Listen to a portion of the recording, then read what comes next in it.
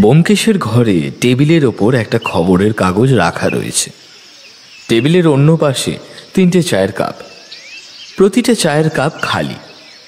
কাপের একদম তলায় সামান্য কিছুটা চা অবশিষ্টাংশ পড়ে রয়েছে। তা দেখেই বোঝা যায় মাত্র কিছুক্ষণ আগে এই 3টে কাপের চাই ভর্তি ছিল। সময়টা প্রায় দুপুর, আর এই সময় আমাদের চা খাবার একমাত্র কারণ হল দাসবাবু। দাসবাবুর এ বাড়িতে আসার পেছনে কিন্তু একটা শক্তপোক্ত কারণ রয়েছে। সেই ব্যাপারটা নিয়ে ব্যোমকেশের সাথে কথা বলার জন্যই তিনি এই প্রায় দুপুরের সময় ব্যোমকেশের বসার ঘরে উপস্থিত হয়েছেন। আজ সকালেই দাসবাবু টেলিফোন করে ব্যোমকেশের কাছে আসার কথা জানিয়েছিলেন। সেই সময় আমি নিজে ব্যোমকেশের ঘরেই উপস্থিত ছিলাম। টেলিফোন রাখার পরেই ব্যোমকেশকে প্রশ্ন করেছিলাম, ব্যোমকেশ, দাসবাবু টেলিফোন করেছিলেন বলে মনে হচ্ছে, নতুন কোনো কেস নাকি? কেস একটা তো আছেই অজিত, তবে ঠিক কেসটা যে কি তা দাসবাবু টেলিফোনে কিছুই বললেন না। তিনি একটু পরেই বাড়িতে আসবেন বললেন, তখন জানা যাবে সবটা। এবার বেশ সপ্তাহ দিনেক হয়ে গেল, বলো তোমার হাতে কোনো কেস নেই? অজিত, কেস তো অনেক আছে, কিন্তু তাতে মাথা ঘামানোর মতো কিছু নেই বলে আমি চট করে যে কোনো কেস হাতে নিতে পছন্দ করি না, তা তো তুমি জানো। সে আমি জানবো না তো কে জানবে বলো তো? এই যে আজ পর্যন্ত কত কেসে তোমার সঙ্গে আমি থেকেছি। হ্যাঁ, এটাও সত্যি যে আমার সাথে তোমার পরিচয় হওয়ার আগেও তুমি বেশ কিছু কেসের সমাধান করেছো। তবে তারপর থেকে কিন্তু আমায় ছাড়া তুমি কোনো কেস একা একা সমাধান করোনি। একমাত্র আমি যখন শহরের বাইরে গিয়েছিলাম তখন একটা কেসের কথা বলেছিলে। ওটা একটা চুরির কেস ছিল, ঠিকই বলেছ। ওই একটা কেস ছাড়া আর অন্য কোনো কেস কিন্তু আমি তোমায় ছাড়া সমাধান করিনি। সেক্ষেত্রে তুমি আমার সহযোগী বটে, কারণ তোমায় আমি কখনোই সহকারী বলে মনে করি না। ব্যোমকেশ এই কথাটা মিথ্যে বলেনি। প্রতিবার যখনই কেসের প্রয়োজনে তাকে অন্য কারুর কাছে আমায় পরিচয় দিতে হয়েছে, তখনই সে বারবার আমায় তার সহযোগী এবং বন্ধু বলেই পরিচয় দিয়েছে। অথচ আমি জানি আমি প্রতিটা কেসে তার সহকারীর কাজ করেছি মাত্র। কারণ ব্যোমকেশ যেভাবে তদন্তে সূক্ষ্ম বুদ্ধি এবং অনুমান ক্ষমতা কাজে লাগায়, তার কোনোটাই আমি পারি না। একটা সামান্য জিনিস দেখে ব্যোমকেশ যেভাবে সেটার বিশ্লেষণ করতে পারে, তা আমি আজও করে উঠতে পারিনি। তবে হ্যাঁ, চেষ্টা করে চলেছি সব সময়। ব্যোমকেশের সাথে এই সব কথাবার্তার মধ্যেই একবার সত্যবতী এসে ঘরে ঢুকেছিল। কি একটা কাজে যেন কিছুক্ষণ এদিক ওদিক থেকে তারপর আমাদের সামনে এসে দাঁড়িয়ে বলল, এই শুনছো? বলছি, আমার ওই গোলাপ ফুলের চারাটা কাল রাত্রে কে যেন চুরি করে নিয়ে গিয়েছে। আমি অবাক হয়ে বললাম, গোলাপ গাছের চারা কোথায় ছিল বৌঠান?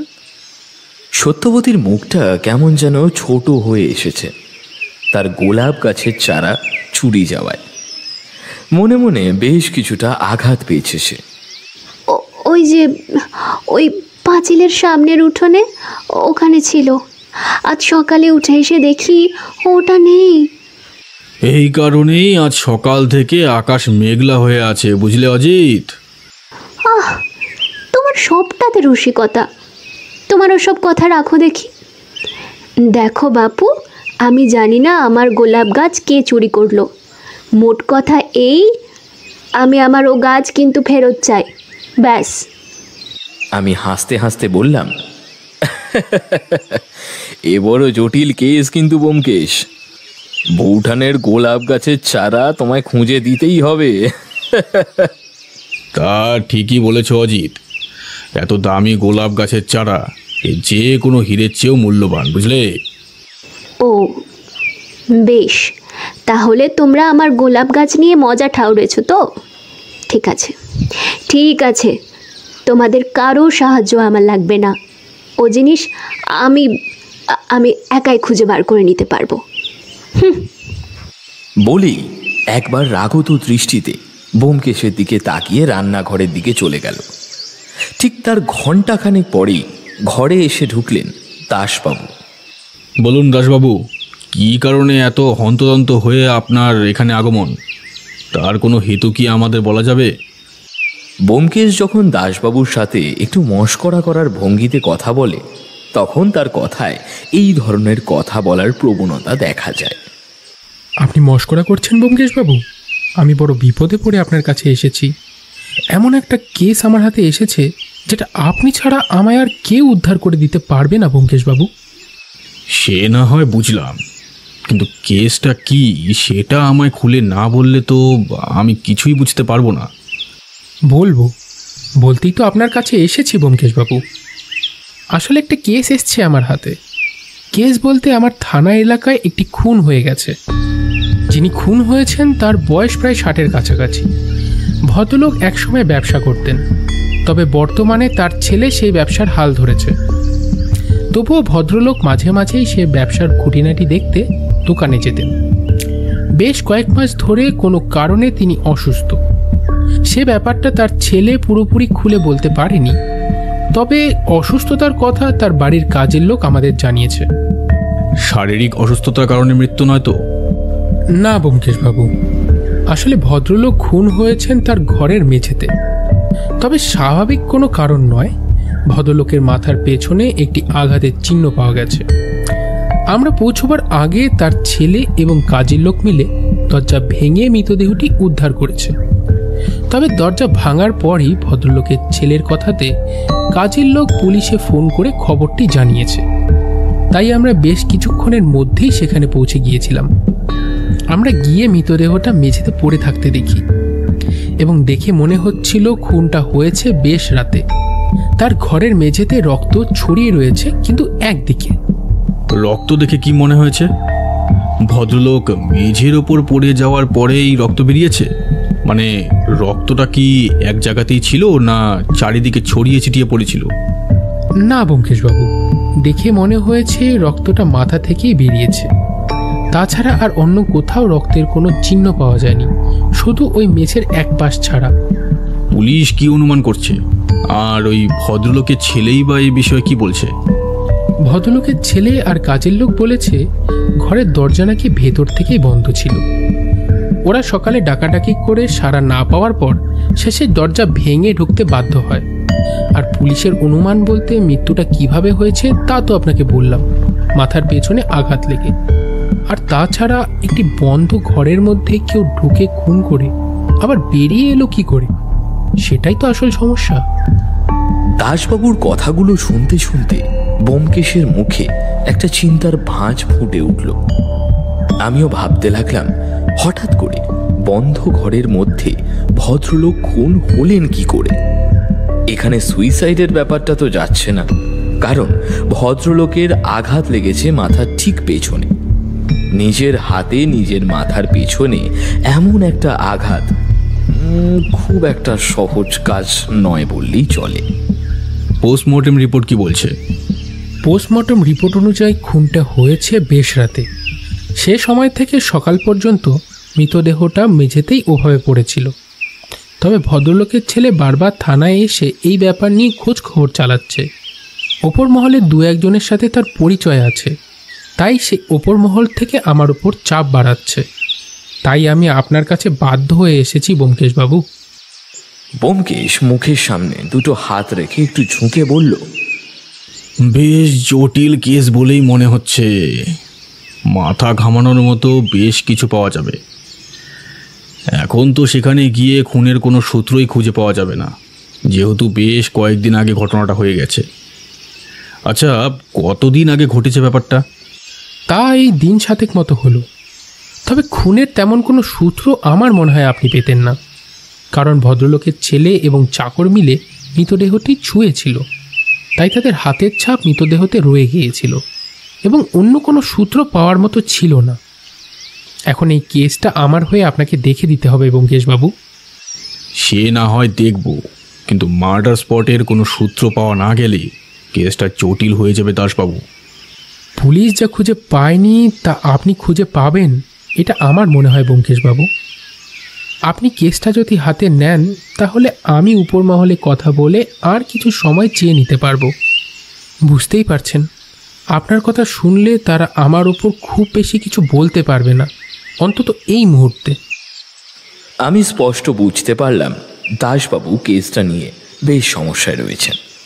বিশেষ করে এই সময় যদি ব্যোমকেশ কেসটা হাতে নেয় তাহলে ওপর মহল থেকে চাপ আসাটা কিছুটা কমতে পারে। এবার বুঝলাম ভদ্রলোক কেন সকালে টেলিফোন করে মাত্র ঘন্টা খানিকের মধ্যে ব্যোমকেশের কাছে এসে উপস্থিত হয়েছেন। ব্যোমকেশ বেশ কিছুক্ষণ সময় নিল, তারপর বলল, ঠিক আছে দাসবাবু, আপনি যখন চাইছেন তখন আমি আপনার এই কেসটা হাতে নেব। তবে তার জন্য আমায় একবার ওই ভদ্রলোকের বাড়িতে গিয়ে দেখতে হবে। আর মৃতদেহটা দেখা যাবে তো? মানে মৃতদেহ এখনো পুড়িয়ে ফেলা হয়নি তো? না, ওই ভদ্রলোকের ছেলে বলেছেন বাবার খুনিকে যতদিন না পাওয়া যাচ্ছে তিনি তার বাবার শেষ কাজ করবেন না। এখনও তার ডেড বডিটি পুলিশের হেফাজতেই রয়েছে। এবার তো বুঝতেই পারছেন আমার ওপর কতটা চাপ রয়েছে ব্যোমকেশবাবু। আপনি কি আজ যাবেন একবার ও বাড়িতে? ভদ্রলোকের নাম, তার ছেলের নাম এবং ঠিকানাটা আমায় একবার এই খাতার একটি পাতায় লিখে দিয়ে যান। আর কোনটা ঠিক কবে হয়েছে তার তারিখটা লিখবেন। আমি আশা করছি কাল আমি আপনাকে ডেকে নেব ওই ভদ্রলোকের বাড়িতে যাওয়ার জন্য।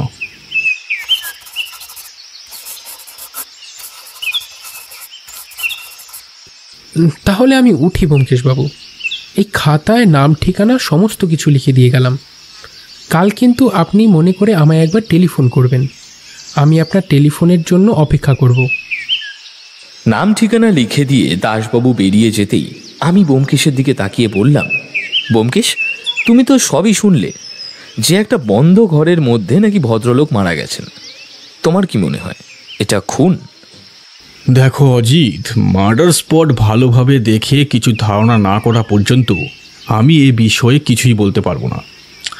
এখনো পর্যন্ত এটা আমার কাছে সাধারণ একটা কেসটা নিয়ে ভালোভাবে না জানা পর্যন্ত আমি কিছুই বলতে চাই না। সে তো আমি জানি ব্যোমকেশ, তবুও কোনো কেস হাতে দেওয়ার আগে সেটা সম্পর্কে একটা ধারণা তো প্রয়োজন। ব্যোমকেশ আমার দিকে তাকিয়ে হাসল, তারপর বলল, তোমার কি মনে হয় আমি আজকের দিনটা দাসবাবুর কাছ থেকে শুধুই হাতে নিয়ে রাখলাম? আর তাছাড়া দাসবাবুর সাথেই তো আমরা সে বাড়িতে যেতে পারতাম। তার পরিবর্তে আমি কেনই বা ওই ভদ্রলোকের নাম এবং বাড়ির ঠিকানা তাকে লিখে রেখে যেতে বললাম? আমি অবাক হয়ে ব্যোমকেশের দিকে তাকিয়ে বললাম, তাহলে তুমি কি আজই ব্যাপারটা নিয়ে তদন্ত শুরু করতে চাইছো? অনেকটা তো তাই। তবে এক্ষেত্রে আমি নিজে কিছুই করব না। এখন থাক অজিত, যথাসময়ে না হয় তোমার ব্যাপারটা জানাবো। এখন আমার একটু বেরোতে হবে। ব্যাস হয়ে গেল। কেস হাতে আসতে না আসতেই তোমায় একা বেরোতে হচ্ছে। এ ব্যাপারটা কিন্তু আমার একদমই পছন্দ নয় ব্যোমকেশ। ব্যোমকেশ হাসতে হাসতেই বলল, শুধু আজকেই অজিত, কাল থেকে আমি এই কেসে যেখানেই যাব তোমায় নিয়ে যাব। চলি।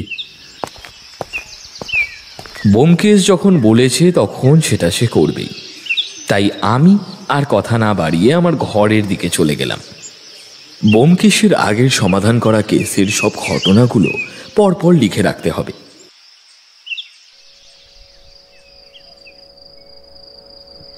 ব্যোমকেশ ফিরে এলো সন্ধ্যের আগে, তবে আমার সাথে আর কেসের বিষয় নিয়ে কোনো কথাই হলো না। বরং একবার সে টেলিফোন করে দাসবাবুকে কাল সকালে এখানে আসতে বলে দিল। তারপর আমার দিকে তাকিয়ে বলল, তাহলে কাল সকালে সন্তোষবাবুর বাড়ি। হ্যাঁ, ভদ্রলোকের নাম সন্তোষ কুমার, তার ছেলের নাম সঞ্জয় কুমার, আর তার বাড়ির কাজের লোকের নাম ভবানীচরণ। এছাড়া তার বাড়িতে রয়েছে একজন দারোয়ান। অজিত, কাল সকালে তাহলে আমরা কেসের প্রথম কাজটা করতে যাচ্ছি, কেমন? পরদিন সকালে ব্যোমকেশের বলা সময় মতো দাসবাবু পুলিশের জিপ নিয়ে আমাদের বাড়িতে এসে পৌঁছলেন। তারপর সেখান থেকে আমরা গেলাম শহরের প্রায় মাঝামাঝি একটা জায়গায়।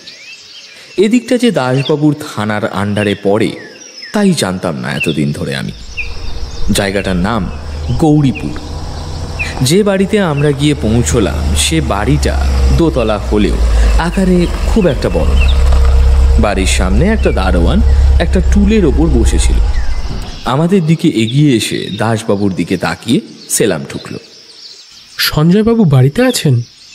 ছোট বাবু তো বাড়িতেই আছে সাব, আপনি আসুন, ভেতরে আসুন। বলে দারোয়ান গেটটা খুলে দিতেই আমরা তিনজন ভেতরে গিয়ে ঢুকলাম। জিপের ড্রাইভার বাড়ির বাইরে রাস্তার এক পাশে জিপটা দাঁড় করিয়ে সেখানেই বসে রইল। আমরা বাড়ির ভেতরে ঢোকার পরেই দারোয়ান দৌড়ে গিয়ে খবর দিল আমাদের আসার কথা। তার সাথে সাথেই আরও একজন ভেতর থেকে বেরিয়ে এলো বাইরে। তার কাঁধে গামছা দেখেই বুঝতে পারলাম এ হলো সঞ্জয়বাবুর বাড়ির সেই কাজের লোকটি। আমাদের দেখে সে এগিয়ে এসে বলল, আজ্ঞে, বড়বাবুর খুনের ব্যাপারে কিছু জানতে পেরেছেন স্যার? এখনো কিছু জানা যায়নি, তবে আশা করছি এবার জানা যাবে। ইনি ব্যোমকেশবাবু। আজ থেকে এই কেসটার ব্যাপারে ব্যোমকেশবাবু নিজেই তদন্ত করবেন। এই আপনার আসুন স্যার, ছোট দাদাবাবু ঘরেই আছেন, আমি ডেকে দিচ্ছি, আসুন আসুন। ভেতরে ঢুকে আমরা একতলায় বসার ঘরে পাশাপাশি রাখা কয়েকটা চেয়ারের তিনটেতে বসলাম। আমি এদিক ওদিক তাকিয়ে ঘরের চারিদিকটা লক্ষ্য করতে শুরু করলাম। ভবানী ততক্ষণে দোতলায় উঠে সঞ্জয়বাবুকে ডাকতে চলে গেছে। একটু পরেই সঞ্জয়বাবু সিঁড়ি দিয়ে বেশ হন্তদন্ত হয়ে নিচের দিকে নামতে নামতে দাসবাবুর সাথে চোকাচোকি হতেই সিঁড়িতে দাঁড়িয়েই প্রশ্ন করলেন, ইন্সপেক্টর বাবু, কিছু জানতে পারলেন আমার বাবার খুনের পেছনে কে বা কারা রয়েছে? দাসবাবু ভবানীকে যে কথাটা বলেছিলেন সেটাই আবার সঞ্জয়বাবুকে বললেন। তাতে ভদ্রলোক একবার একটু সন্দেহের চোখে ব্যোমকেশের দিকে তাকিয়ে কিছুক্ষণ দেখতে দেখতে বলল, আপনি কি সেই গোয়েন্দা ব্যোমকেশ বক্সী, যিনি কিছুদিন আগে পার্ক স্ট্রিটের কাছে একটা খুনের কেসের তদন্ত করেছিলেন? হ্যাঁ, আমি সেই ব্যোমকেশ বক্সী। তবে আমি আসলে গোয়েন্দা নই, আমি সামান্য সত্যান্বেষী মাত্র। সত্য অন্বেষণ করাই আমার কাজ। সঞ্জয়বাবু ততক্ষণে নিচে নেমে এসেছেন। আমাদের পাশের একটা চেয়ারে বসতে বসতে ভবানীকে চায়ের নির্দেশ দিয়ে বললেন, আপনার কথা আমি অনেকবার শুনেছি ব্যোমকেশবাবু, তবে এই ব্যাপারে আপনি কি কিছু সাহায্য করতে পারবেন? আসলে আমার বাবার মৃত্যুটা কিভাবে হয়েছে তা তো জানেন। কিছুটা আমি জানি, তবে সবটাই ভাষা ভাষা। এখন আমি সবটাই আপনার মুখ থেকে আরও একবার শুনতে চাই, তাতে আমার কাজ করতে সুবিধা হবে। আশা করি আপনার আপত্তি নেই এই ব্যাপারে। আপত্তি থাকবে কেন? আমার বাবার খুনির ধরার ব্যাপারে আপনি সাহায্য করছেন, আর সেখানে আমি আপনাকে সামান্য সাহায্য করতে পারবো না। যেভাবে হোক আমার বাবার খুনিকে কিন্তু ধরতেই হবে ব্যোমকেশবাবু। আপনি আমার দিক থেকে সম্পূর্ণ সাহায্য পাবেন সঞ্জয়বাবু, তবে কেসটার সমাধান করতে সময় কতটা লাগবে তা আমি এই মুহূর্তে বলতে পারবো না। সেটা নির্ভর করছে আমাদের তদন্ত কিভাবে চলে তার ওপর। আরেকটা কথা, সমস্ত কিছু কিন্তু আপনি আমায় সত্যি বলবেন, তার মধ্যে যেন কোনো মিথ্যে না থাকে। আর ভয় বা অন্য কোনো কারণে কোনো কিছু লুকিয়ে রাখবেন না। না ব্যোমকেশবাবু, আপনার উপর আমার পুরো ভরসা আছে। যতটা আপনার ব্যাপারে শুনেছি তাতে মনে হয় হয়তো আপনি আমার বাবার খুনিকে ধরতে পারবেন। সঞ্জয়বাবু, আপনি আরও একবার ব্যোমকেশবাবুকে ঘটনাটি খুলে বলুন। এখন থেকে এই কেসটা ব্যোমকেশবাবু নিজেই দেখবেন। আমাদের জন্য চা নিয়ে ভবানী এর মধ্যে এসে পড়েছিল। সবাই একটা করে চায়ের কাপ তুলে নেওয়ার পরে সঞ্জয়বাবু বলতে শুরু করলেন, বেশ কয়েক মাস ধরে বাবার শরীরটা ভালো যাচ্ছিল না। আসলে বাবার হার্টের একটা সমস্যা চলছিল প্রায় 2 বছর ধরে। এইমাত্র মাসখানেক আগে থেকেই সেই ব্যাপারটা রীতিমতো বাড়াবাড়ি রকমের শুরু হয়েছিল। তবে ডাক্তার আশ্বাস দিয়েছিলেন যে ঠিকমতো ওষুধ আর চিকিৎসা চলতে থাকলে খুব একটা সমস্যা হওয়ার কথা নয়। একটা বড় অপারেশন করার কথাও তিনি বলেছিলেন। সেটা করলে বেশ কয়েক বছরের জন্য নিশ্চিন্ত থাকা যেত। তবে তার আগে এই সমস্ত কিছু হয়ে গেল। আমার বাবা বলে মিথ্যে কথা বলবো না, বাবা ছিলেন একটু রাগী প্রকৃতির, আর সত্যি বলতে কি বদরাগী ধরনের। কারোর উপর রাগ হলে তাকে 2 কথা শুনিয়ে দেওয়ার জন্য ভাবতেন না, আর মাঝে মাঝে খারাপ ব্যবহার করে বসেছিলেন অনেকের সঙ্গে। সেই কারণে বাবার বন্ধু বান্ধব খুব একটা বেশি ছিল না। বাবার এই স্বভাবের জন্য ব্যবসা খুব ভালোভাবে না চললেও কোনো রকমে মোটামুটি চলছিল।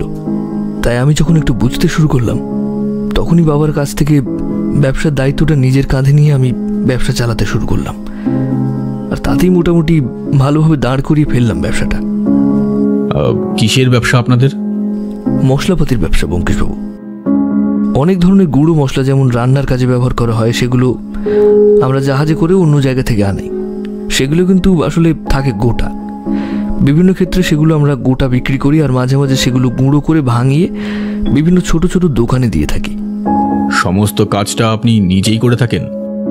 না, এই কাজের জন্য আমার বেশ কিছু লোক আছে, তারাই সমস্ত ব্যাপারটা দেখাশোনা করে। আমি পুরো ব্যবসাটা পরিচালনা করি বলতে পারেন।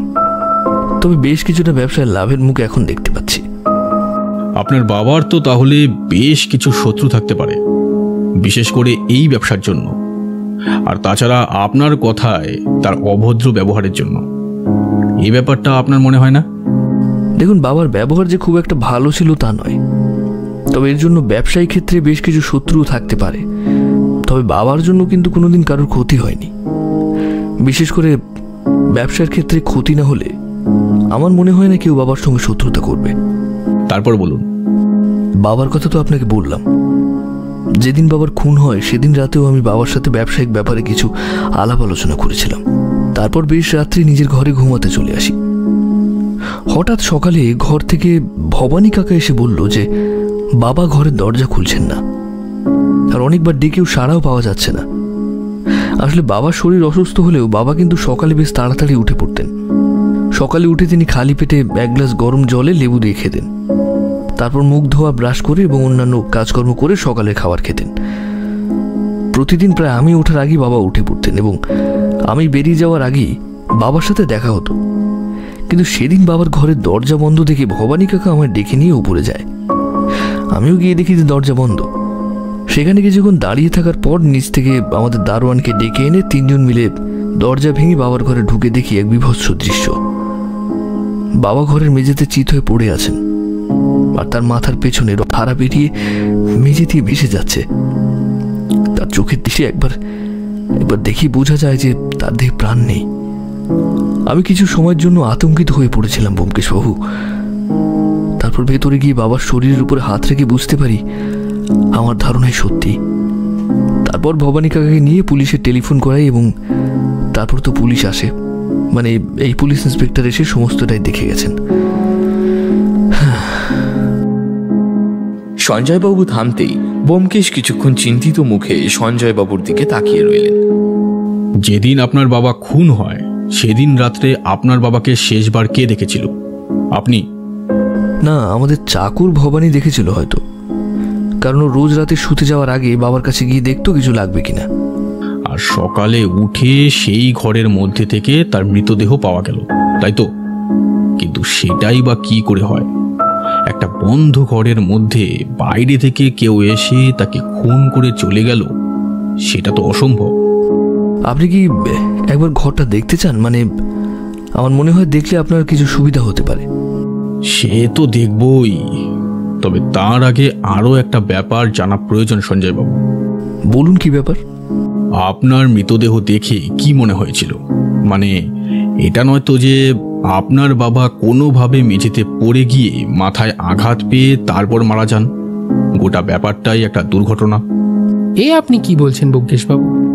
পোস্টমর্টম রিপোর্টে স্পষ্ট বলা হয়েছে কোনো ভারী কিছু দিয়ে আঘাত করাতেই তার মাথায় ওরকম আঘাতের সৃষ্টি হয়েছে। আচ্ছা বেশ, আরেকটা কথা, আপনার বাবার ঘর থেকে কি কোনো কিছু চুরি গেছে? বাবার ঘরে তেমন দামি কিছু থাকতো না ব্যোমকেশবাবু, আর টাকা পয়সা বেশিরভাগই আমাদের ব্যাংকে থাকে। ব্যবসার দায়িত্ব আমার হাতে নেওয়ার পর থেকে বাকি টাকা পয়সা সামান্য কিছু থাকে বাড়িতে, তাও ঘরের আলমারিতে। আর ঘরের আলমারিটা আস্ত ছিল, তালাবন্ধই ছিল। তবুও একবার আপনার উচিত ভালো করে সমস্ত কিছু দেখে নেওয়া। আপনি ঠিকই বলেছেন। আসলে এই ব্যাপারটা নিয়ে এতটা নিশ্চিত হয়েছি যে অন্য কিছু ভাবার কথা মাথাতেই আসেনি। তাহলে একবার চলুন ওই ঘরে যাই, তাহলেই একেবারে দেখা হয়ে যাবে, আর আপনিও ঘরটা দেখে নেবেন। আমরা চারজন মিলে ওপরে সঞ্জয়বাবুর বাবার ঘরে গিয়ে ঢুকলাম। ঘরের দরজাটা যে কিছুদিন আগে ভাঙা হয়েছিল তার একটা প্রমাণস্বরূপ দরজার দুপাশে কাঠ লাগিয়ে আবার সেটা দাঁড় করানো হয়েছে। আমি লক্ষ্য করলাম সঞ্জয়বাবু যখন ঘরের তালা খুলছেন তখন ব্যোমকেশ ভালো করে দরজাটা লক্ষ্য করতে লাগলো। সঞ্জয়বাবু দরজাটা খুলে দিতেই আমরা চারজন, মানে আমি, ব্যোমকেশ, দাসবাবু আর সঞ্জয়বাবু ঘরের ভেতরে ঢুকলাম। এই ঘর থেকে কোনো জিনিস বাইরে বার করা হয়নি তো? না ব্যোমকেশবাবু, সেদিন পুলিশ মৃতদেহ নিয়ে যাওয়ার পর আমি একবার কাঠমিস্ত্রিকে ডেকে দরজাটা আবার নতুন করে লাগিয়েছি। তাছাড়া ঘরে আর কোনো জিনিসপত্র আমরা কেউ হাত দেইনি। মানে আপনি বলতে চাইছেন খুনের দিন ঘরের জিনিসপত্র যেটা যেখানে ছিল সেটা আপাতত সেখানেই রয়েছে, এ ব্যাপারে আপনি নিশ্চিত, তাই তো? হ্যাঁ ব্যোমকেশবাবু, কারণ আমি চেয়েছিলাম বাবার খুনের তদন্তটা ভালোভাবেই হোক, তাই যাতে পুলিশ সাহায্য করে তাই আমি এদিকটা বিশেষ নজর রাখছি। এবং এ ঘরে তালা দেওয়ার পর ঘরের চাবি সবসময় আমার কাছেই থাকতো। আমরা ঘরের ভেতরে ঢুকে দেখলাম একটা বিছানা, তার পাশে জানলা, বিছানার পাশে একটা টেবিল, ঘরের ভিতর আলমারি, আলনা, আয়না এবং কয়েকটা বইয়ের তাক রয়েছে। ব্যোমকেশ ঘুরে ফিরে ঘরের চারদিক দেখতে দেখতে একবার জানলার কাছে গিয়ে দাঁড়িয়ে তারপর বলল, এই জানালা দিয়ে তো কারোর ভেতরে আসার কোনো সম্ভাবনা নেই। আচ্ছা সঞ্জয়বাবু, এই ঘরে ঢোকার কি আর অন্য কোনো রাস্তা রয়েছে? না ব্যোমকেশবাবু, এই ঘরে ঢোকার অন্য কোনো রাস্তা নেই, একমাত্র দরজা ছাড়া ঘরে ঢোকা যাবে না। তাহলে খুনিকে এই দরজা দিয়েই ভেতরে আসতে হয়েছে আর এই দরজা দিয়েই বাইরে বেরিয়ে যেতে হয়েছে। কিন্তু তা কি করে সম্ভব ব্যোমকেশবাবু? আমি নিজেই এই দরজা ভেঙেছি, তারপরে এই ঘরে ঢুকেছি। ব্যোমকেশের চোখে মুখে একটা চিন্তার ভাঁজ ফুটে উঠল। ব্যোমকেশ যখন খুব গভীরভাবে কোনো কিছু চিন্তা করে তখন তার মুখে আমি এরকম একটা ভাব দেখতে পাই। ব্যোমকেশবাবু, আপনি কেন বারবার বলছেন যে খুনি বাইরে থেকে ভিতরে এসেছে? মানে এখানে তো সঞ্জয়বাবু নিজেই বলছেন যে তিনি দরজা ভেঙে ভেতরে ঢুকেছেন, আর বন্ধ দরজার ভেতর থেকে কারোর বাইরে বেরিয়ে আসা সম্ভবত নয়। কোথাও একটা অতি সাধারণ ব্যাপার আমরা লক্ষ্য করতে পারছি না দাসবাবু, আর সেই ব্যাপারটাই হয়তো। চলুন সঞ্জয়বাবু, আমার দেখা শেষ, এবার চলুন নিচে গিয়ে একবার আপনার বাড়ির কাজের লোকটির সাথে কথা বলি।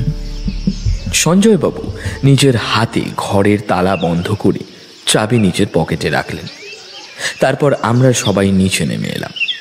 ব্যোমকেশ সিঁড়ি দিয়ে নিচে নামতে নামতে হঠাৎ সঞ্জয়বাবুকে প্রশ্ন করল, আচ্ছা সঞ্জয়বাবু, আপনি ওই ঘরের ভাঙা দরজাটা যখন সারিয়েছিলেন তখন ঘরের ভেতরের দিকে কলকবজা, ছিটকিনি কিংবা হাতল এগুলো কি বদলেছেন না আগেরটাই আছে? এরম একটা প্রশ্নে সঞ্জয়বাবু প্রথমে কিছুটা অবাক হয়ে গেলেও পরে নিজেকে সামলে বললেন, দেখুন ব্যোমকেশবাবু, আমি আগেই বলেছি বাবার মৃত্যুটা নিয়ে আমি বেশ চিন্তিত ছিলাম, তাই এই দরজার কাজকর্মের গোটা ব্যাপারটা আমি নিজে সামনে দাঁড়িয়ে থেকেই করিয়েছি। তারপরে ঘরের দরজা তালা দিয়ে চাবি আমার কাছে রেখেছি। এই দরজার কলকবজা, ছিটকিনি বা হাতল কোনো কিছুই বদলানো হয়নি, আগেরগুলোই রয়েছে। কথা বলতে বলতে আমরা বাড়ির চাকর ভবানীর কাছে চলে গেলাম। ব্যোমকেশ ভবানীকে জিজ্ঞেস করল, তুমি এ বাড়িতে কত বছর ধরে রয়েছো ভবানী? তেমনভাবে হিসেব করতে পারবো না বাবু, তবে ওই প্রায় বছর 10 বেশি তো হবেই। এত বছরে তুমি নিজের দেশের বাড়ি কখনো যাওনি? দেশের বাড়ি তো মাঝে মাঝে যেতাম, তবে এখন আর না গেলেও চলে। কেন এখন আর না গেলেও চলে কেন? আমার মেয়েটা আর আমার বউ গেল মাসে মাত্র কয়েকদিনের জ্বরে পড়ে গেল বাবু। এখন আর সেখানে গিয়ে আমি কি করব বলুন? তুমি কখন তোমার স্ত্রী মেয়ে মারা যাওয়ার পর দেশের বাড়িতে যাও? আমার কাছে পরদিনই খবর চলে এসেছিল, তবে আমি যেতে পারিনি। আর আমি যখন গেলাম তখন সব শেষ বাবু, সব শেষ। কেন যেতে পারোনি কেন? এই কথার উত্তর দিলেন সঞ্জয়বাবু। বললেন, আসলে বাবার শরীর তখন ঠিক ভালো ছিল না, তাই বাবাই ওনাকে যেতে বারণ করেছিলেন। তারপরে বাবা যদি জানতেন যে ব্যাপারটা এরকম হবে তাহলে হয়তো ওনাকে যেতে দিতেন। ভবানী কাজের গামছাটা দিয়ে মুখ মুছতে মুছতে বলল, আমার বউটা, আমার মেয়েটা সবাই চলে গেল বাবু। আর এখন বড়বাবু চলে গেলেন। আমি আর এখানে কি করব? আমিও ভাবছি দেশের বাড়িতেই চলে যাব। তুমি যাবে কেন? এই তো সঞ্জয়বাবু রয়েছেন, উনি তো তোমায় এখানে একটা ব্যবস্থা করেই দিয়েছেন বলে মনে হয়। তাহলে আর দেশের বাড়ি গিয়ে কি করবে? না বাবু, আর এখানে আমার ভালো লাগছে না। কেমন যেন মনটা দেশের জন্য উদাস উদাস করে। তাই আমি দেশের বাড়িতেই চলে যাব। তা বেশ, চলে যেও। আচ্ছা ভবানী, যেদিন তোমার বড়বাবু মারা যান সেদিন শেষবার তাকে কে দেখেছিল? তুমি? আগে হ্যাঁ বাবু, ছোট দাদাবাবু শুয়ে পড়ার পর আমি একবার বড়বাবুর ঘরে গেছিলাম, এই তার কিছু লাগবে কিনা এই দেখার জন্য। আর বড়বাবুর রাতের ওষুধটাও ছিল, সেটা মনে করিয়ে দিয়েছিলাম। তারপর আমি যখন বেরিয়ে চলে আসি তখন বড়বাবু নিজের হাতে দরজা বন্ধ করে ঘুমাতে চলে গেলেন। বেশ, আচ্ছা সঞ্জয়বাবু, আমরা তাহলে আজকের মতো উঠি। যদি প্রয়োজন হয় আরও একদিন আপনার বাড়িতে আসব, তবে আশা করি তার প্রয়োজনটা হবে না। আর আপনি চিন্তা করবেন না, আশা করি আমি আপনার বাবার খুনিকে ধরে ফেলতে পারবো। তবে হ্যাঁ, একটা কথা আপনাকে বলে দিতে পারি। সঞ্জয়বাবু নয়, আমি আর দাসবাবু দুজনেই বিস্মিত হয়ে ব্যোমকেশের মুখের দিকে তাকালাম। ব্যোমকেশ বলল, আপনার বাবার খুনি আর অন্য কোথাও দিয়ে ওই ঘরে আসেনি। সে এসেছিল দরজা দিয়ে এবং আপনার বাবাকে খুন করে সে বেরিয়ে গেছে সেই দরজা দিয়েই। এবার আসল সমস্যাটা হলো যে সে ঠিক কীভাবে ঘর থেকে বেরিয়েছে, আর বেরিয়ে যাওয়ার পরে ঘরের দরজাটা ভেতর থেকে বন্ধ হলো কিভাবে। এই বলে ব্যোমকেশ বেরিয়ে এলো। সঞ্জয়বাবু অবাক মুখে দাঁড়িয়ে রইল। ব্যোমকেশের পেছন পেছন আমরাও বেরিয়ে এলাম।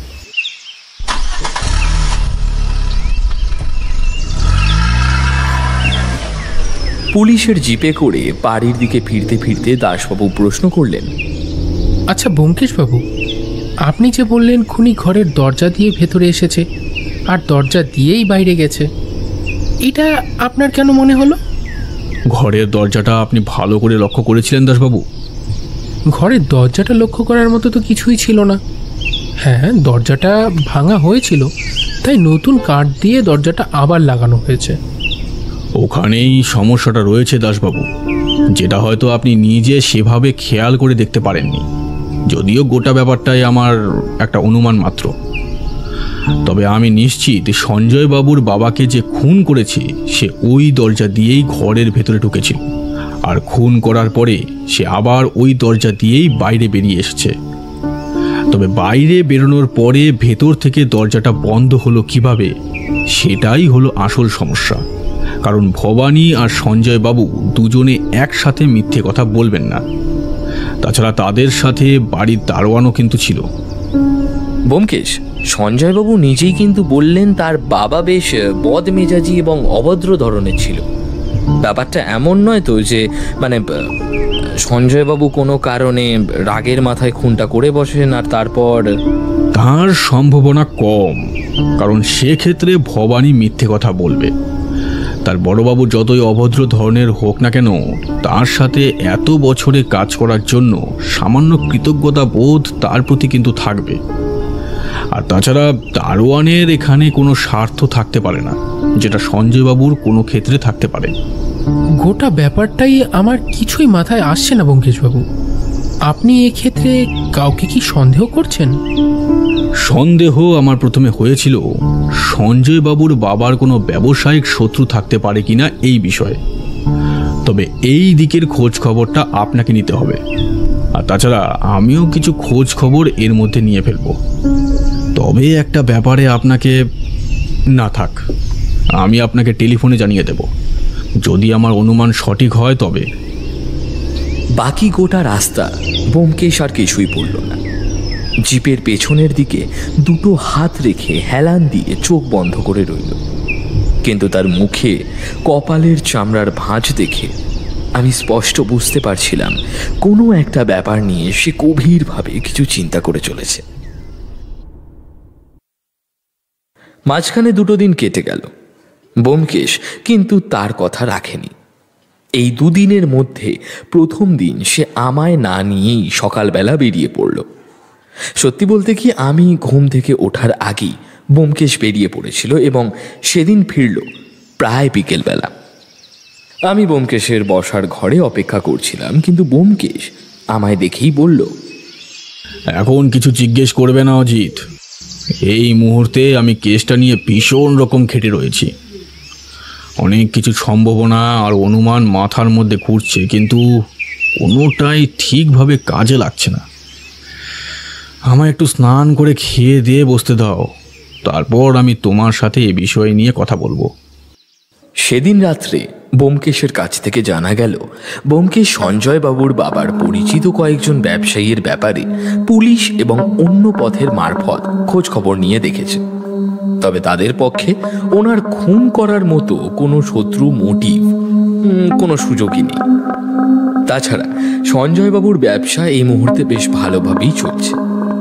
আরও যে একটা মোটিভ সঞ্জয়বাবুর উল্টো দিকে থাকার কথা ছিল, সেটা হলো সঞ্জয়বাবুর বাবার করে যাওয়া কোনো উইল কিন্তু সঞ্জয়বাবুদের পারিবারিক উকিলের কাছ থেকে জানা গেল সঞ্জয়বাবুর বাবা তার ঘর বাড়ি, সম্পত্তি এবং ব্যবসা সবকিছুই অনেক আগে সঞ্জয়বাবুর নামে করে দিয়েছে। তাই এক্ষেত্রে সঞ্জয়বাবুর পক্ষে তার বাবাকে খুন করার মোটিভ থাকতে পারে না, বরং সেক্ষেত্রে তার ক্ষতি হওয়ার সম্ভাবনা বেশি। বাড়ির দারোয়ান এবং ভবানী দুজনেই বেশ অনেক বছর ধরে এ বাড়িতে রয়েছে এবং সঞ্জয়বাবুর বাবার সাথে তাদের সম্পর্ক বেশ ভালো। তাই এদের দুজনের ওপরও সন্দেহ থাকে না, কারণ তাদের কোনো মোটিভ নেই। দ্বিতীয় দিন ব্যোমকেশ আবার সেই সকালে বেরিয়ে পড়ল। এবার আমার বেশ রাগ হলো। আমি মনে মনে ভেবেই নিলাম, ব্যোমকেশ ফিরলেই আমি তার সাথে এই বিষয় নিয়ে কোনো কথা বলবো না। অথচ সন্ধেবেলা ব্যোমকেশ ফিরে এসে আমার ঘরে ঢুকে উত্তেজিতভাবে বলল, অজিত অজিত উফ অজিত, তুমি ভাবতে পারবে না কেসটা কতটা জটিল ছিল। আমার ভাবার কোনো প্রয়োজন নেই তো। তুমি একাই যখন কেস সমাধান করবে, তাহলে পরের বার থেকে আমায় কোনো কেসে রাখবে না, তাহলেই তো হয়ে গেল। তুমি যা ভালো বুঝবে তাই করবে, আমায় বলার কোনো প্রয়োজন নেই। আহ অজিত, তুমি রাগ করছো কেন? আসলে সকালে বেরিয়ে দাসবাবুর সাথে ঠিক কোথায় কোথায় যেতে হবে আর কোথায় ঠিক কতক্ষণ আমাদের সময় লাগতে পারে, এই সমস্ত কিছু ভেবেই আমি তোমায় আমার সঙ্গে নিয়ে গেলাম না। আর তাছাড়া এর আরও অন্য একটা কারণ ছিল, তবে সেগুলো আসল ব্যাপার নয়। আসল ব্যাপারটা শোনো। তোমায় বলেছিলাম না, সঞ্জয়বাবুর বাবার খুনি ওই বন্ধ দরজা দিয়ে প্রবেশ করে এবং খুন করার পরে ওই ঘরের দরজা দিয়ে বেরিয়ে যায়, কি তাই তো? হ্যাঁ। এবার আমায় একটা কথা বলো, একজন মৃত মানুষ যখন একটা বন্ধ ঘরের মধ্যে রয়েছে, যে ঘরের দরজা ভেতর থেকে বন্ধ, তাহলে নিশ্চয়ই খুনিকে ঘরের দরজা ভেতর থেকে বন্ধ করে তারপরে বাইরে যেতে হবে, কিংবা তাকে বাইরে গিয়ে তারপর ভেতর থেকে দরজা বন্ধ করতে হবে। ব্যাপারটা তো তাই দাঁড়াচ্ছে, কিন্তু সেক্ষেত্রে আমার মনে হয় এ ব্যাপারটা সম্পূর্ণ অসম্ভব। ভেতর থেকে হোক কিংবা বাইরে থেকে হোক, খুনি বাইরে এসে দরজা বন্ধ করবে কিভাবে? ঠিক এই ব্যাপারটাই জানার জন্য আজকের সমস্ত তদন্তের শেষে আমাদের একবার সঞ্জয়বাবুর বাড়িতে যেতে হয়েছিল। আর সেখানে গিয়ে দরজাটা ভালোভাবে আরও একবার পরীক্ষা করতেই আমি সমস্ত ব্যাপারটা ধরতে পেরেছি। কিন্তু এই মুহূর্তে কিছুই বলা যাবে না, তবে সে ব্যাপারটা তোমার সামান্য আভাস দিয়ে রাখতে পারি মাত্র। তাহলে তাই করো। ব্যোমকেশ তখন আমায় তার সন্দেহ এবং অনুমানের ব্যাপারে এমন কয়েকটা কথা বলল, যেগুলো সেই মুহূর্তে শুনে আমি অবিশ্বাস করতে শুরু করলাম। তবে পরদিন সকালে ব্যোমকেশ যখন সমস্ত ব্যাপারটা সবার সামনে খোলসা করে তুলে ধরল, তখন বুঝতে পারলাম, হ্যাঁ, ব্যাপারটা আসলে সত্যিই তাই। সঞ্জয়বাবুর বাড়িতে বসে রয়েছি আমরা সবাই, আমি, ব্যোমকেশ, সঞ্জয়বাবু, ভবানী, দাসবাবু এবং তাদের বাড়ির দারোয়ান। তাছাড়া বাইরে পুলিশের জিপ রয়েছে। ঘরের দরজার বাইরে 2জন কনস্টেবল অপেক্ষা করছে। ঘরের মধ্যে সবাই বসে রয়েছে, কারোর মুখে কোনো কথা নেই। এমন সময় হঠাৎ করে সঞ্জয়বাবু প্রথম প্রশ্ন করলেন, ব্যোমকেশবাবু, হঠাৎ এইভাবে সবাইকে ডাকলেন? আপনি কি বাবার খুনিকে ধরতে পেরেছেন? হ্যাঁ সঞ্জয়বাবু, আপনার বাবার খুনিকে আমরা ধরতে পেরেছি, তবে এই মুহূর্তে তাকে গ্রেফতার করা হয়নি। তবে তিনি এই মুহূর্তে এই ঘরের মধ্যেই উপস্থিত আছেন। সঞ্জয়বাবু চমকে উঠলেন যেন, তারপর বললেন, কিন্তু এই ঘরে তো আপনারা ছাড়া আমরা 3 জন, মানে এই বাড়ির লোক রয়েছে। আপনার বাবার খুনিও এ বাড়ির লোকেদের 3 জনের মধ্যেই রয়েছে সঞ্জয়বাবু। কি এইসব আপনি কি বলছেন ব্যোমকেশবাবু? আমাদের মধ্যে আমার বাবার খুনি রয়েছে, কিন্তু তা কি করে হয়? আপনি কি আমায় সন্দেহ করছেন? দেখুন সঞ্জয়বাবু, প্রতিটা কেসে আমায় সবাইকেই সন্দেহ করতে হয়। আসলে সন্দেহ না করলে আমরা আসল খুনি পর্যন্ত পৌঁছতে পারবো না। তাই আপনার বাড়ি থেকে যাওয়ার পর পুলিশের লোক এবং আমি মিলে প্রথমে আপনার ব্যাপারে খোঁজ খবর করতে শুরু করি। তারপর আমরা আপনার ব্যাপারে অনেক কিছু জানতে পারি। তবে সেক্ষেত্রে আপনার খুনের কোনো মোটিভ থাকতে পারে না, কিন্তু তাই বলে আমি আপনাকে সন্দেহের বাইরে রাখতে পারিনি। কারণ আপনি নিজেই বলেছেন আপনার বাবার অভদ্র ব্যবহার এবং রাগী মনোভাবের কথা। তাই কোনোভাবে আপনার বাবার সাথে কোনো ঝুট ঝামেলা হওয়ার জন্য আপনি রাগের মাথায় তাকে খুন করে বসলেও বসতে পারেন। কিন্তু ব্যোমকেশবাবু, আমি আমায় শেষ করতে দিন সঞ্জয়বাবু। ব্যোমকেশের গলার স্বর বেশ কঠিন। এই ঘটনার পরেই আমার এ বাড়ির বাকি 2 জনের ওপর সন্দেহ হয়, মানে ভবানী আর বাড়ির দারোয়ান।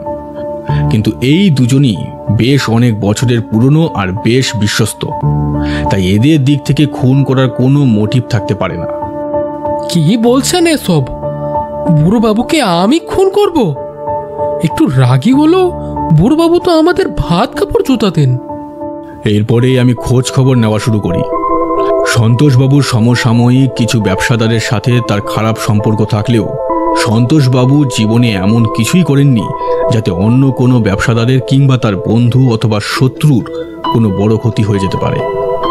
তাই সেক্ষেত্রে তাকে খুন করার মতো কাজ বাইরের কেউ করতে পারে না। তাই এক্ষেত্রে কোনোভাবেই যখন সন্তোষবাবুর খুনের পেছনে কোনো মোটিভই দাঁড় করাতে পারছিলাম না, তখনই হঠাৎ করে একটা কথা মনে পড়ে গেল। আপনার মনে আছে সঞ্জয়বাবু, ভবানীর স্ত্রী এবং মেয়ে যখন অসুস্থ ছিল তখন কিন্তু আপনার বাবা তাকে এখান থেকে যেতে দেয়নি।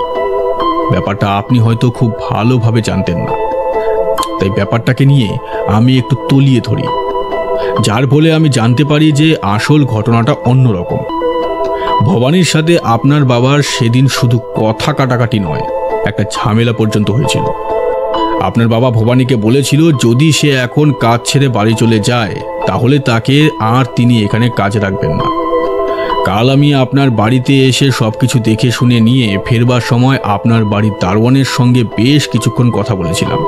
তখনই সে আমায় এই ব্যাপারটা জানায়। এটা হয়তো আপনি জানতেন না, আসলে এ বাড়িতে ভবানীর মন খুলে কথা বলার মতো একজনই ছিল, সে হলো এই দারোয়ান। আর সেই কথা বলতে বলতেই এক সময় সে দারোয়ানকে বলে ফেলেছিল যে বড়বাবু যদি তাকে সময় মতো এখান থেকে ছেড়ে দিত তাহলে সে হয়তো দেশে ফিরে গিয়ে তার মেয়ে এবং বউকে বাঁচাতে পারত। এই গোটা কেসে এই একটা মাত্র মোটিভ আমি খুঁজে পেয়েছিলাম। সেভাবে কেসটা সাজালে সব থেকে বেশি সুযোগ ছিল ভবানীর জন্য, কারণ সঞ্জয়বাবু রাত্রের খাওয়া দাওয়ার পরে বাবার সাথে কিছু আলাপ আলোচনা করে সেদিন রাতে নিজের ঘরে ঘুমোতে চলে গিয়েছিলেন। দারোয়ান গেটের পাশে তার ছোট ঘরে হয়তো শুয়ে পড়েছিল। ঠিক সেই সময় ভবানী কাজটা করে। ভবানীর গলায় এবার রুক্ষ স্বর ফুটে উঠল। এসব আপনি কি বলছেন? আপনার কাছে কোনো প্রমাণ আছে যে বড়বাবুকে আমি মেরেছি? তোমার বড়বাবুর ঘরের সেই ফুলদানিটা কোথায় গেল ভবানী? এই একটা মাত্র কথা শুনে যেন ভবানীর মুখটা মুহূর্তের জন্য ম্লান হয়ে এল। তারপর সে আমতা আমতা করে বলল, ফুলদানি? কোন ফুলদানি? আমি কোনো ফুলদানি কথা জানি না, আমি জানি না কিছু। ফুলদানিটা কোথায় লুকিয়ে রেখেছো বলতো? ওই বাগানের কাছে করবি গাছের মাটির নিচে কি? তোমায় যে পরদিন সকালে ওই গাছের দিকে যেতে এই দারোয়ান দেখেছে। তুমি তাকে বলেছিলে তুমি মাটি খুঁড়ে কোনো একটা গাছ লাগাবার জন্য ওখানে গিয়েছিলে। সে বেচারা তোমার কথা বিশ্বাস করে নিয়েছিল। কিন্তু কাল যখন আমি কথাটা জানতে পারলাম তখনই আমার মনে পড়ল সন্তোষবাবুর ঘরের টেবিলে একটা ফাঁকা জায়গা ছিল। কেন জানি না, সেটা দেখে আমার মনে হয়েছিল এখানে কিছু একটা সব সময় রাখা থাকে, যেটা না থাকার জন্য টেবিলের সেই জায়গাটায় একটা ছোপের মতো হয়ে রয়েছে। এবার স্বীকার করবে নাকি আমায় আরও কিছু বলতে হবে? কেন করলে বলো তো এরকম? নিজের মেয়ে আর স্ত্রীর মৃত্যুর প্রতিশোধ নেওয়ার জন্য কি? বলো ভবানী, বলো, চুপ করে থাকবে না। তুমি কিন্তু ধরা পড়ে গেছো, এখন আর চুপ করে থেকে কোনো লাভ নেই। ব্যোমকেশের সত্য গলার গমগমের স্বর চারিদিকে ছড়িয়ে পড়তে শুরু করলো। এমন সময় ভবানী মাথা নিচু করে বলে উঠল, হ্যাঁ হ্যাঁ, আমি মেরেছি, আমি মেরেছি। সেদিন কত করে বললাম, বাবু আমায় একবার দেশের বাড়ি যেতে দিন, আমার মেয়েটা বউটার যদি কিছু হয়ে যায় তাহলে আমার আর কেউ থাকবে না। শুনলো না, আমার একটাও কথা শুনলো না। আর তারপর আমি 2 দিন পর বাধ্য হয়ে যখন দেশের বাড়ি গেলাম, তখন কে শুনি সব শেষ। তখনই আমি মনে মনে ভেবে রেখেছিলাম, এর প্রতিশোধ আমি নেব। হ্যাঁ, আমি তখনই ভেবে রেখেছিলাম, এর প্রতিশোধ আমি নেব। বুদ্ধিটা কিন্তু বেশ ভালোই বার করেছিলে, কিন্তু সামান্য ভুল হয়ে গেল তোমার। আসলে পিতলের ফুলদানির আঘাতে মাথায় যতটা আঘাত লাগে, মেঝেতে পড়ে গেলে কিন্তু ততটা আঘাত লাগে না। ওইখানেই তোমার একটা ভুল হয়ে গেল, তাই তো? আসলে রাগের মাথায় আঘাত করেছিলে তো, তাই বড্ড বেশি জোরে হয়ে গেছে। দাসবাবু। ব্যোমকেশের ইশারাতে দাসবাবু বাইরে কনস্টেবলদের ডাকতেই তারা এসে ভবানীর হাতে হাত করা পরিয়ে দিল। ভবানীকে নিয়ে দাসবাবু বেরিয়ে যাওয়ার আগে ব্যোমকেশ বলল, ভবানী, যাওয়ার আগে একবার পরীক্ষা করে যাবে না? আসলে দরজাটা বাইরে থেকে ঠিক কিভাবে বন্ধ হয়েছিল সেটা আমি ধরতে পেরেছি কিনা। আমরা সবাই মিলে আবার ওপরের সন্তোষবাবুর ঘরে, মানে সঞ্জয়বাবুর বাবার ঘরে এসে ঢুকলাম। এবার আমরা সবাই রইলাম ঘরের ভেতরে। ব্যোমকেশ পকেট থেকে একটা লাইলনের সুতো বার করে ঘরের দরজার ভেতরের দিকের ছিটকিনির সাথে কি যেন করলো কিছুক্ষণ। তারপর দরজাটা বন্ধ করে দেওয়ার আগেই দরজার ওপরের ফাঁক দিয়ে সুতোটা বাইরের দিকে বার করে নিল। তারপর আমাদের উদ্দেশ্যে বলল, সবাই ঘরের দরজার ছিটকিনিটার দিকে তাকিয়ে থাকবেন, দেখবেন সেটা আস্তে আস্তে বন্ধ হয়ে যাচ্ছে নাকি। আমি ছিটকিনির দিকে তাকিয়ে রইলাম। আমার মতো বাকি সবাইও সেদিকে তাকিয়ে আছে। চোখে কিছুই দেখা গেল না, তবে ম্যাজিকের মতো দেখতে পেলাম ছিটকিনিটা আস্তে আস্তে ওপরের দিকে উঠে যাচ্ছে। তারপর এক সময় সেটা ঠিক ভেতর থেকে বন্ধ করে দেওয়ার মতো বন্ধ হয়ে গেল। ব্যোমকেশ এই সময় বলে উঠল, ম্যাজিক শেষ, এবার দরজা খুলে দিন। সঞ্জয়বাবু আমাদের ধন্যবাদ জানিয়েছিলেন, মানে ব্যোমকেশকে, বিশেষ করে তার বাবার খুনি ভবানী ধরিয়ে দেবার জন্য দাসবাবুকে অজস্র ধন্যবাদ জানিয়েছিলেন। দাসবাবু আরও একবার ব্যোমকেশের সাহায্য নিয়ে এ যাত্রায় ওপর মহলের কথা শোনা এবং ট্রান্সফার থেকে বেঁচে গিয়েছিলেন। শুধু ব্যোমকেশ তার ঘরের চেয়ারের উপরে হেলান দিয়ে বসে আমায় বলেছিল, বুদ্ধিটা কিন্তু দারুণ বার করেছিল ভবানী, কিন্তু সামান্যর জন্য ধরা পড়ে গেল। ভবানী কখনো ভাবতে পারেনি তাকে ধরার জন্য স্বয়ং ব্যোমকেশ বক্সিকে আসতে হবে। যদি সেটা ভাবতো তাহলে হয়তো আরো শক্ত কোনো প্ল্যান করত।